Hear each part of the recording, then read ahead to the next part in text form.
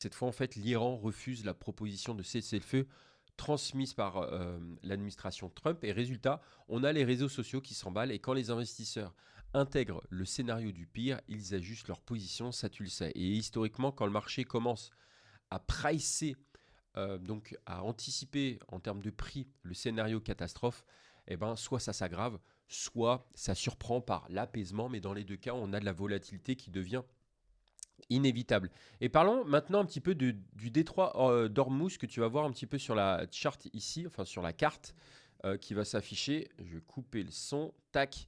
On parle maintenant du détroit d'Ormuz parce qu'il a son importance, parce qu'il a aussi un impact mécanique derrière ce point qui est à la fois géographique mais également stratégique. Parce que l'Iran frappe des ports majeurs et des tankers ici, et le détroit est pratiquement bloqué. Donc il faut savoir qu'il y a environ 20 millions de barils par jour qui transitent par cette route.